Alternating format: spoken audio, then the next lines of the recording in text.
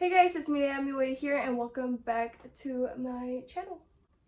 Today I'm going to show you guys how I use my 7-in-1 Foxy Bae wand. I freaking love this because it comes with a little bit of everything, so whatever kind of curl you want, you got. As I'm doing my hair today, I'm going to be talking to you guys about what happened to me 2 years ago, which is freaking insane.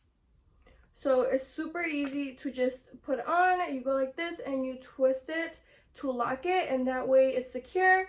And I'm gonna go ahead and turn it on. I love the fact that you can go all the way up to 430. If you do have thinner hair, you can always lower the temperature if you don't want to damage your hair, you know, like crazy. I've used basically all the barrels except for this one, which is a little bigger than this one.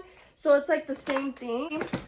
If you guys do have this one, you guys should try that one because this one leaves the curl like a wavy curl. You guys know what I mean? Like it's not like a spiral, but it's more of like ondulado. She cute or whatever. She be coming through with all different types of curls. You guys must get your hands on it. I'm gonna show you guys how to curl your hair. Always keep in mind that whenever you are curling your hair, you want to curl going away from your face. So if you're gonna be curling on this side of your head, you're gonna want to curl this way, and then if you're gonna curl this side, you want to curl this way. So always away from your face.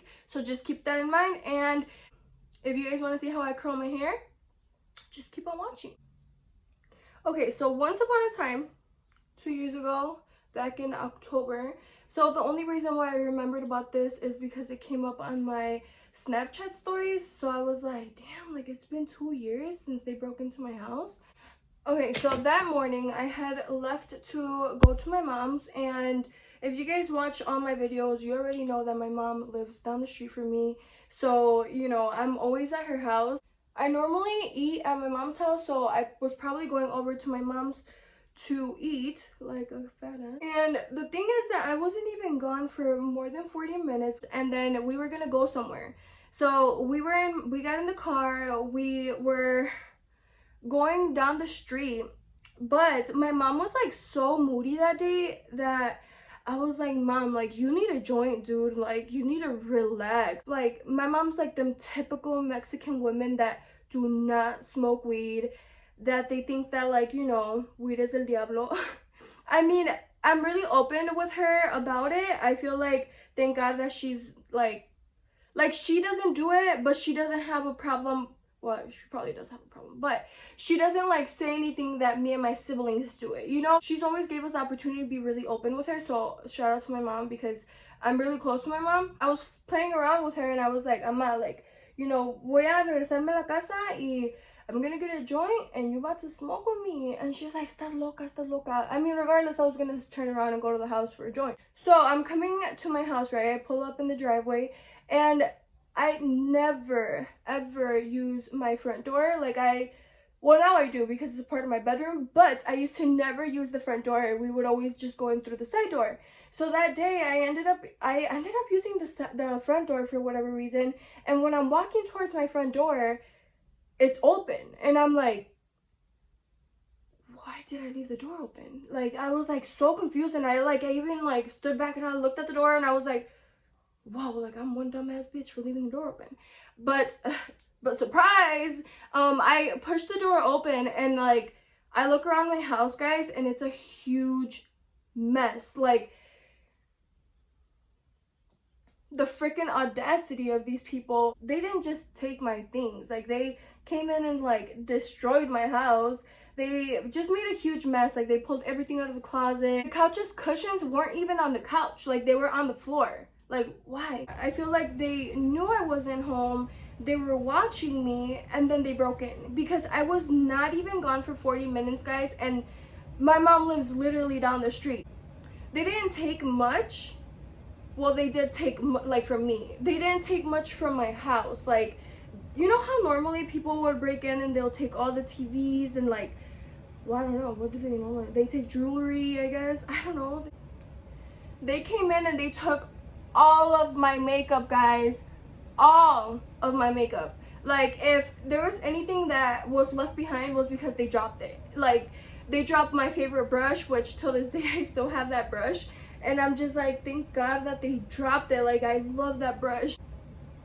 They stole my 60-inch TV, and that happened 2 years ago, guys. And I just barely bought a new TV for my bedroom just because I've been like, I feel like now I'm not that paranoid anymore because, you know, we obviously had to like secure the house, put cameras and stuff like that. I was like so paranoid. Like, I would leave my house and I'm just like looking over my shoulders to like see if someone's there or like someone's watching, or you know. And I feel like it was really eye-opening to me because I was those type of people that would be like, what are the odds that that's gonna happen to me? And now I'm just like, hell no. Like, I look around my surroundings. Like, I used to never be like that. Like, I used to be, I don't know, I thought I lived in the freaking fairy tale apparently. But even when I leave the gym, like, I have my, like, I don't leave my headphones in my head. I'm not on my phone. I'm always paying attention, or like who's around. Especially right now, guys, they've been kidnapping a lot of girls here in Michigan, and it's been just crazy. Like, the sex trafficking, it's real. It's way higher here in Detroit, Michigan. Like, a lot of people get snatched up. Like, I've seen a lot of cases. There's a school here in my neighborhood, and there's a kid that just went missing from that school, which is crazy to me because this is not the environment that I want my son in, you know. But I was never silver spoon, guys. Like, don't think that I live in a whole mansion. Like, I live in Detroit. Like, I live, it's not the ghetto, but it's the ghetto. I don't live in a bougie neighborhood or none of that. Like, I wish I did, trust me, and one day I am. This is not where I want my son to grow. Like, I do not want this for him. I want to feel comfortable with my son going outside and being able to play, you know. And I can never let Iram go outside without me. Like, I always have to be outside with him if he wants to go outside, because it freaks me out. Like, not long ago they were following my suegra like at a park, and she was with all her grandkids, and they were following her, and the guy was just staring at the kids at the park from his van.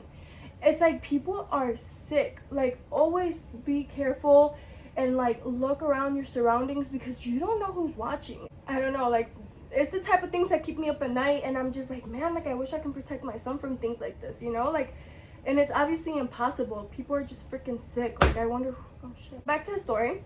I always get so off track. 2 years ago, I used to freelance, so, you know, my makeup, my brushes, my sponges, like, I had a lot of brushes, I had a lot of sponges, just because obviously I did makeup, so it was my job. I had a lot. Like, I had my collection growing for years then, and imagine how much they took. Like, it was thousands and thousands of dollars worth of makeup. I had called the cops, and if you're from Michigan, you already know, like, the cops don't show up until, like, you know, you're basically like dead.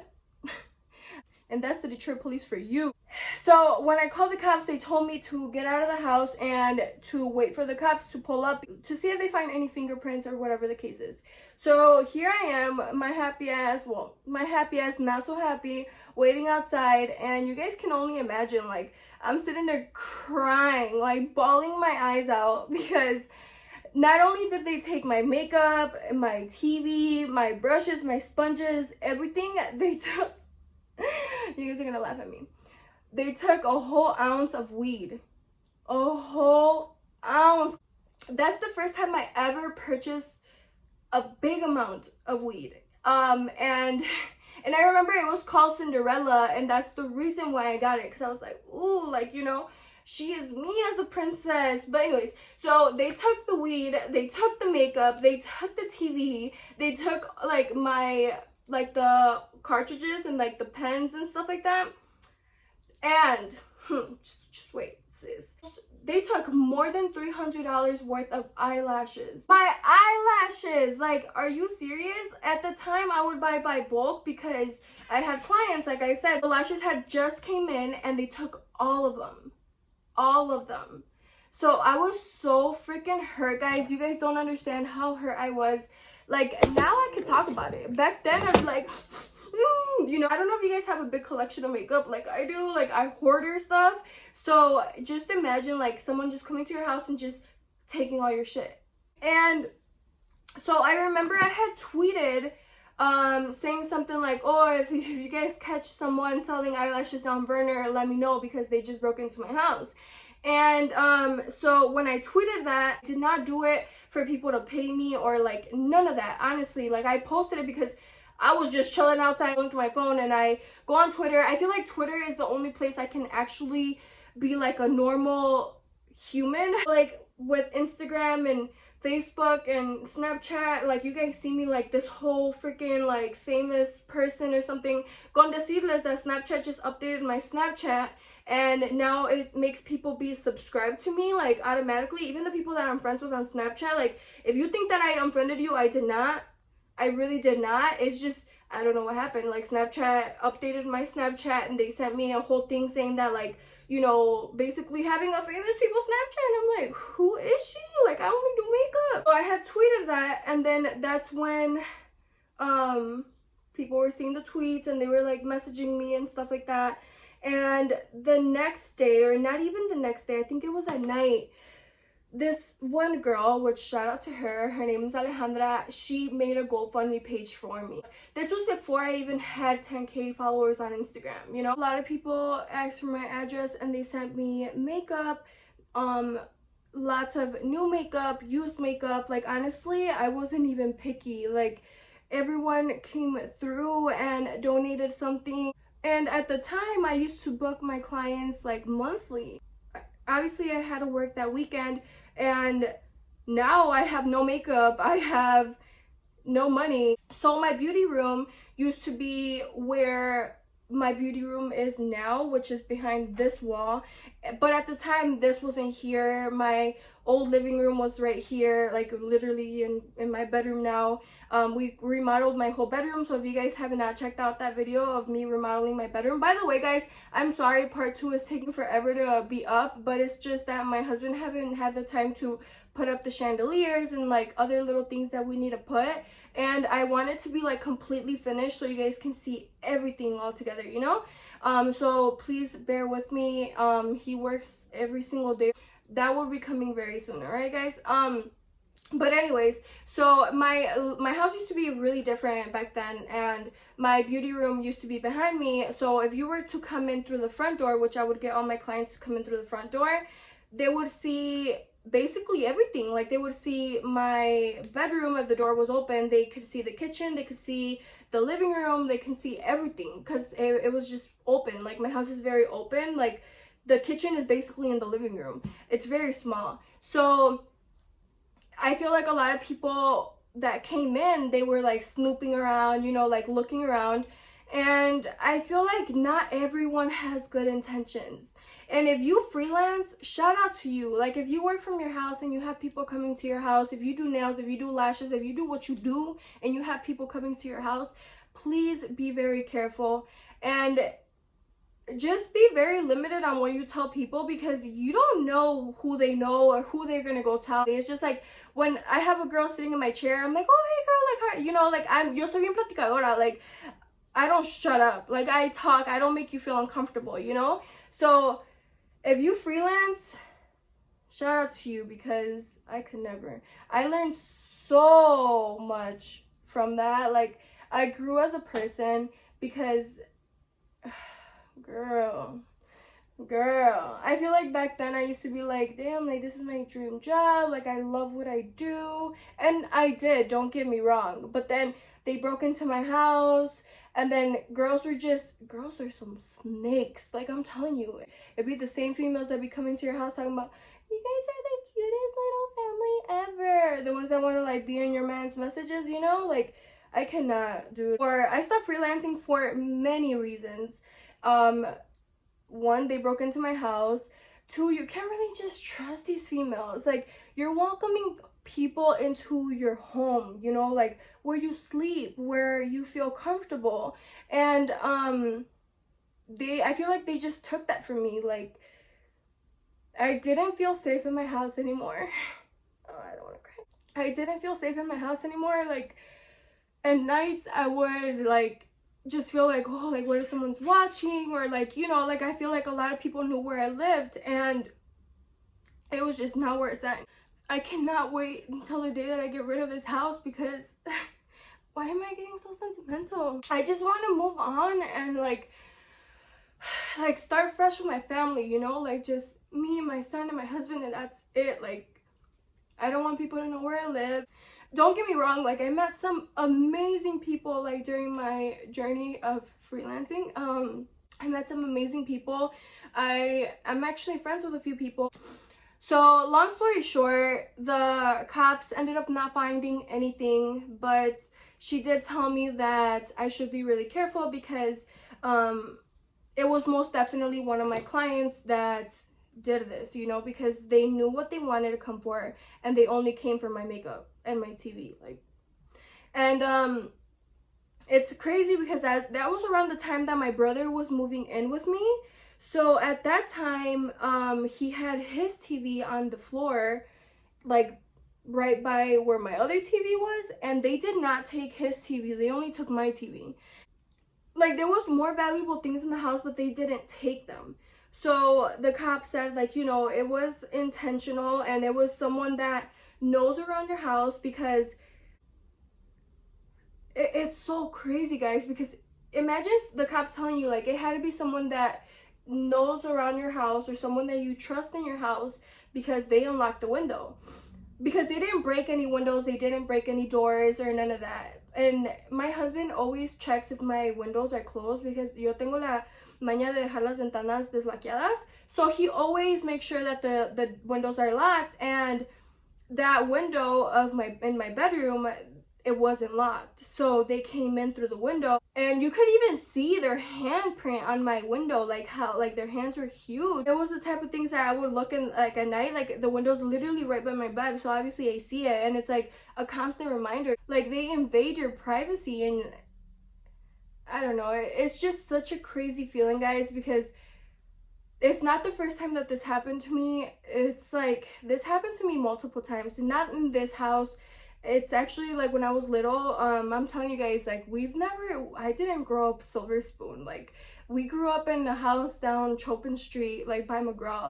If you live here in Detroit, like, you know that area, you know, like, that area used to be so bad. Like, when we lived there, they would always break into our house. Everything definitely happens for a reason, because I feel like after that, like, I was blessed with so many other good things, and I'm so grateful. I'm so grateful for everyone that donated something for me. I appreciate everyone's kind words when they reached out to me. If I can give you guys one tip of advice, I would advise you to be really careful who you bring into your house, because not everyone has a good heart like you. Alright? And that's on period. As I just straighten a little bit, like the top part, just so it doesn't look as frizzy. And then I'm gonna just shake my curls up. And this straightener is also from Foxy Bay, and it's like the marble one. Look how freaking cute.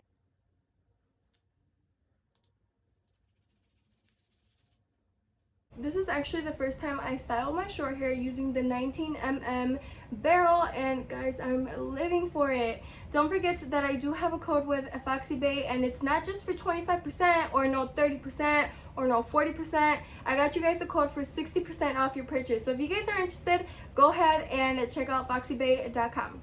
I'll be leaving the link down below if you guys are interested. Let me know how you guys feel about these story times, guys, because if you guys like them, I can give you guys another story time about the time that I crashed into my porch. Oh, the next video I'm actually gonna be answering Google's most asked questions about me, which comes with Mireya Miwe's husband, Mireya Miwe's eye story, Mireya Miwe. I already looked up the questions, so I'm just like, hopefully you guys enjoyed watching this video, and don't forget that I love you guys all so much. You guys mean the world to me. I really appreciate you guys, and I mean that from the bottom of my heart. Don't forget to like, comment, and subscribe to my channel, guys. I will be seeing you guys in the next one.